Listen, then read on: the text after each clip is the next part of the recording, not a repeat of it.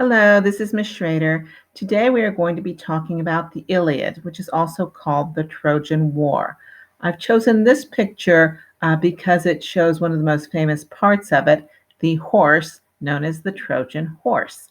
My students, you're going to be writing between 7 and 10 sentences about what you found interesting, important, and educational about this. So you might want to get a piece of paper and something to write with so you can take some notes. Okay, let's get started. This sculpture is a sculpture showing Homer, the man who supposedly wrote the Iliad and the Odyssey. It is not the same as Homer Simpson. Homer Simpson is named for this Homer, not the other way around. We don't know that this Homer actually existed. It is believed that he was a blind poet who lived between 800 and 701 BCE. We don't really know for certain. And a poet would have traveled from city to city, reciting large epic poems about great stories. And theoretically, if he existed, he would have been going to great cities and telling these stories of the Iliad and the Odyssey and things like that. It isn't until many, many years later that the Iliad and the Odyssey are written down. So this is how the story starts. And I'm assuming this picture is a Renaissance picture that is dealing with it. The gods and goddesses have gathered at Mount Olympus for a wedding, and one goddess was not invited, Eris, the goddess of discord. So she's a goddess who causes other people to quarrel, and so no one wanted her to go. So because she wasn't invited and was feeling a bit grumpy, she took a golden apple and carved on it two the most beautiful of them all and tossed it into the party. Three of the goddesses, Aphrodite, the goddess of love and beauty, Athena, the goddess of wisdom, and Hera, the goddess of married women, each claimed the apple. And it was decided to bring to Olympus a man who was known for his judgment, Paris, a young shepherd, and ask him to decide which of the three ladies was the most beautiful and deserving of the apple. Each of the ladies offered him a bribe. Aphrodite, in the end, offered him the love of the most beautiful woman in the world, Helen, the wife of Menelaus of Sparta. And so he gave her the apple and then went to claim Helen. There are different versions on why Helen went with Paris. But I mean, we've heard that he forced her to go against her will, that Aphrodite gave him some sort of a magic potion that made her fall in love with him. Whatever the reason, she does appear to have gone willingly. And as a result of this, a war developed. Paris was from the city of Troy. He takes Helen with him back to Troy, which is a walled city. And the citizens, on looking at Helen, think, yes, she's worth it. Let's fight against the other Greeks. All of the Greeks gathered together to help Menelaus to get his wife back. And so they gathered up and they prepared a large army to go and attack Troy and get back Helen. Here we have a map showing the location of Troy as compared with Greece. There are a lot of historians who think that the reason for the Trojan War had nothing to do with a wife being stolen, as much as the location of Troy. You notice its spot right there, and it can control any trade that's going up on into the eastern part of this map, up into the Black Sea and beyond. And they could tax people trying to get through. And so there's some people who argue that the actual reason for the Trojan War dealt with trade and not with women. So Menelaus got together with his brother Agamemnon, who was the king of Mycenae, and they formed an army and went out to return Helen from Troy. And here we have a very good picture of a Greek trireme, which is the name of the ships. Obviously, this would be a copy of one. They have made quite a few of them. But you can see the oars there. Each of those oars is going to need a man to be rowing. That way they can continue to sail even when there is no wind. So they would have taken hundreds of these because The Greeks from all over Greece were going to help get Helen back for Menelaus. So the story is the Greeks versus the Trojans. And the Greeks have many heroes, and the Trojans have at least some heroes. And I need to talk a little bit about some of them. I don't want to spend too much time, but a little bit. So one of the heroes that the Greeks had is the guy who's being shown here, Achilles. Achilles was considered to be one of the best warriors that they had. Achilles' mother was a goddess, and she had been told that as long as he didn't fight in the Trojan War, he could live forever, but that if he fought in the Trojan War, he would die. She desperately tried to keep him out of the war, but being raised as a warrior, he insisted on fighting. Another famous Greek is Odysseus, being shown here in something that's obviously quite modern. Odysseus was known for being very clever, and he came up with some of the better ideas that helped the Greeks. He also gets the sequel that takes place after the Iliad is finished. On the Trojan side, we have Hector, shown here, I believe, in a Renaissance picture of him.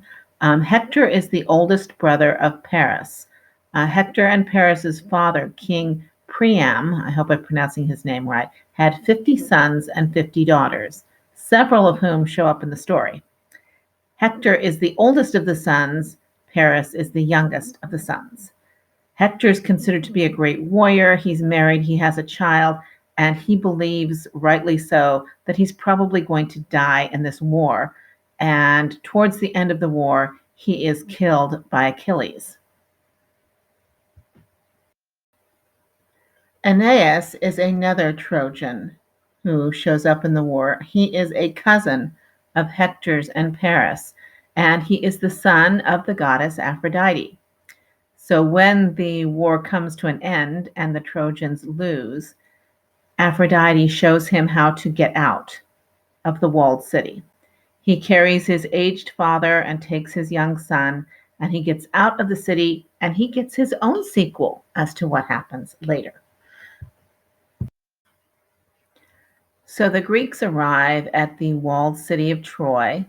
The Trojans shut the gates, and for 10 years, the Trojans every day will come out and fight with the Greeks, and people will get killed, and various different things happen, and there's lots of different stories that go with it. But this goes on for 10 years.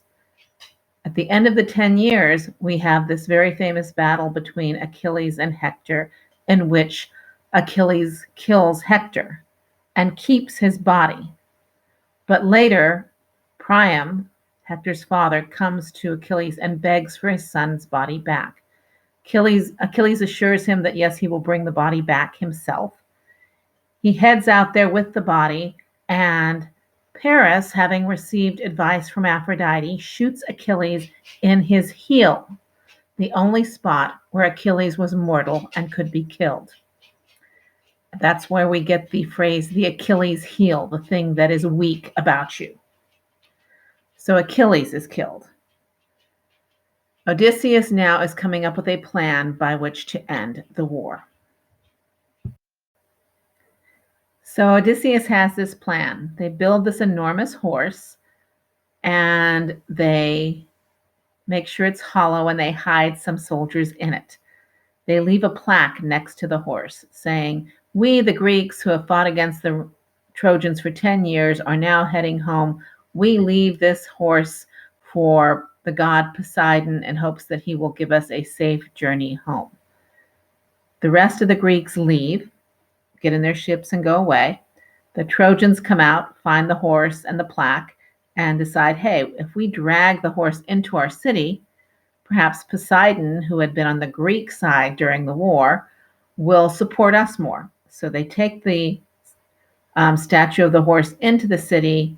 They celebrate, they rejoice, they drink a lot, they shut the doors, and they all go to bed.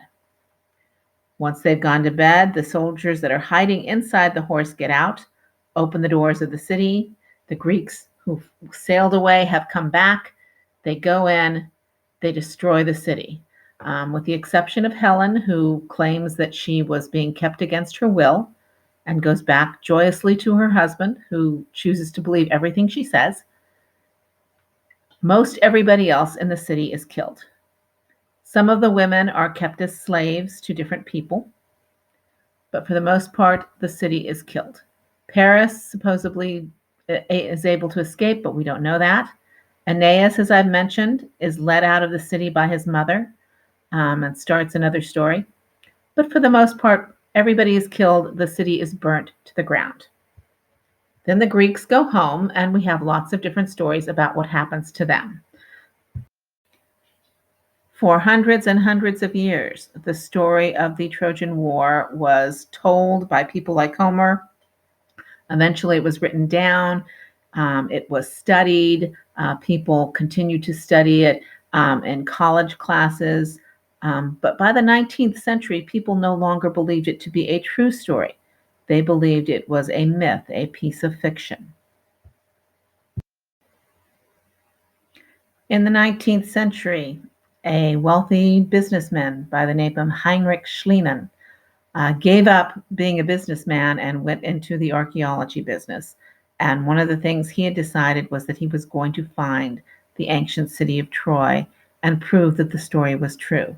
And he's shown here, and this is obviously a fictionalized version, but it's pretty close, with his wife on the site using his copy of the Iliad, the Trojan War story, to try and figure out the location of Troy. And he began an archaeological dig and found a city on the spot that was believed to be Troy. And today, historians and archaeologists accept his findings and accept that he did, in fact, find Troy. But did he find the Troy of the story? So they dug down, they have found 10 different versions of the city of Troy on this site. And the earliest ones obviously are at the lowest point. The city was destroyed by earthquakes at times. There do appear to have been some fires and things like that. They're not exactly certain, and they don't know how much of the actual story is correct. It is believed today that the real Troy, the Troy of the story, is from about 1200 BCE, and that there was some sort of a war. They don't know that many of the characters were correct, but there are various different arguments as to why the war took place. One of the interesting ones is that the people were trying to get women. So, similar to getting Helen, that women were necessary in different cultures and they didn't have enough of them in one place. And so they were trying to kidnap women. Whatever the case, eventually the city was destroyed, and because of its very important location, other cities developed near where it had been. And that is the story of the Trojan War, the Iliad. My students, you are giving me between 7 and 10 sentences about what you found interesting, educational, and important.